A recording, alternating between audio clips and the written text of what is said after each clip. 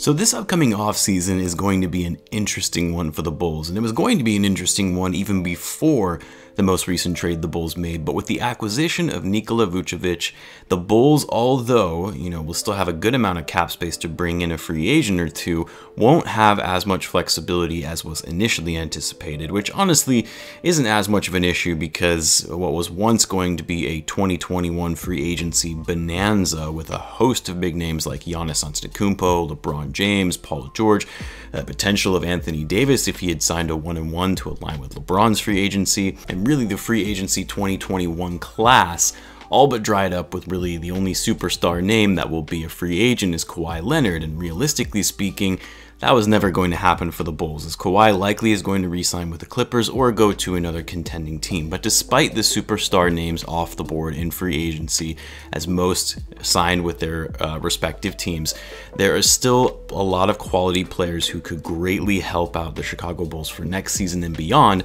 and that's what I want to talk about in this video. So what's going on, everyone? You're listening to Bull Central here. Hope you're all doing well. So with the Bulls bringing in another all-star player in Nikola Vucevic on the roster, the Bulls are sitting in a good position to attract free agents who will be available this offseason. Now, I know I'm getting a little ahead of myself with the viewpoint because, we haven't even seen these new Bulls players suit up yet, which I'm excited to see make their debuts tonight.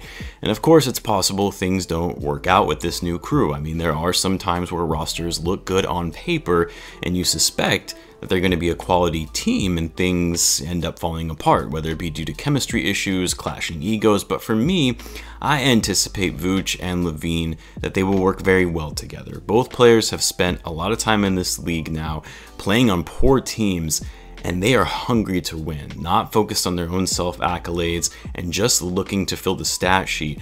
Now, I might have said that about Lavine a couple years ago when he was on the Bulls, but you can really tell now the guy just wants to win. He wants to play for a winning team and compete at the highest level in basketball. So will both of these players have to sacrifice some of their offensive numbers that they're currently putting up? Yes, I mean, Lavine likely is not going to continue averaging 28 points per game for the rest of the year, and the same with Vooch at 24.5.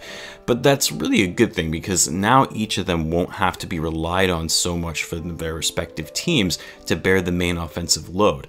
I really do think that they're going to make a very dynamic duo on offense as a great pick and roll and pick and pop combo who also are threats shooting from outside. It'll give Lavine more floor spacing to drive to the basket, which he didn't have before, and the Bulls finally have an elite rebounder who can give them more second chance opportunities. So yes, it's possible things don't work out, but I think it's very unlikely that that would happen. Not only because I think their games and skill set complement each other very well, but also their personalities don't strike me as the type where their egos would clash and are much more likely to be selfless players for the good of the team.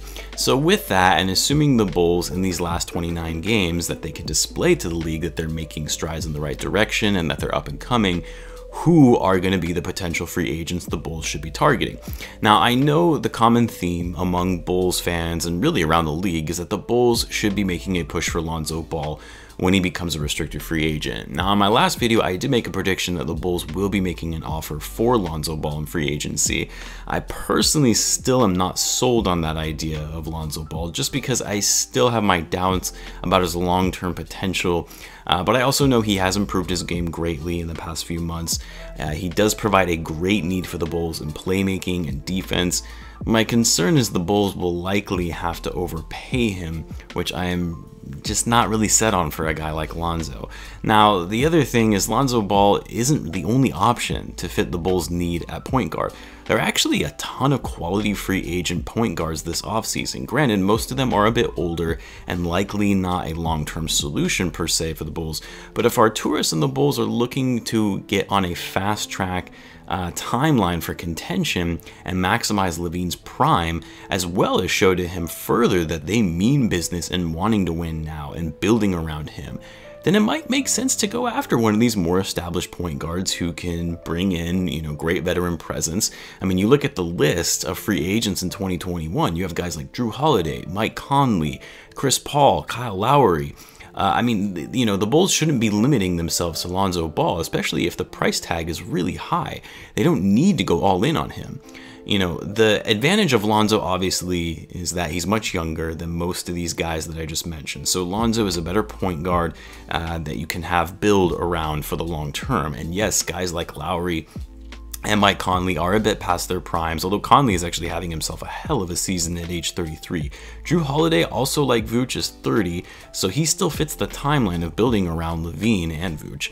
I wouldn't say Holiday is as good of a playmaker as, say, Lauri or Mike Conley are, but he's a great defensive player, a two-time all-defensive team player. And then Chris Paul, I mean, the guy is like fine wine. He just gets better with age, and after he seemed to really lose a step in his last season in Houston, has completely showed why he's one of the best point guards in the game, even at age 35, leading the Suns to one of the best teams in the West after being a bottom feeder for so many years.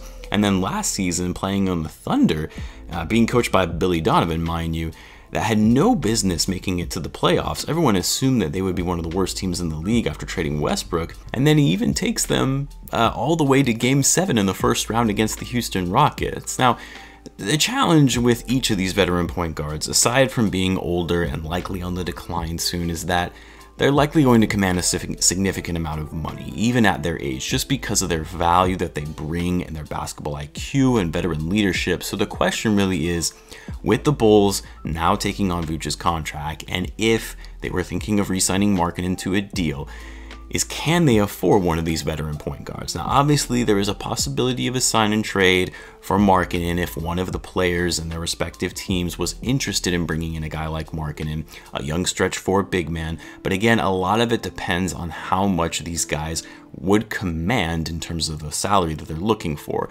Another challenge is all these players are free agents this offseason, but they all have player options with the exception of Kyle Lauri.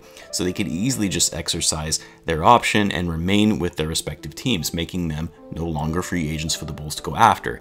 And given Conley, Chris Paul, and Jrue Holiday, the ones with player options, are all playing for contending teams right now, it may be a bit unlikely that they would decline their player option to become an unrestricted free agent, especially when most of their remaining years on their deals are actually a lot of money.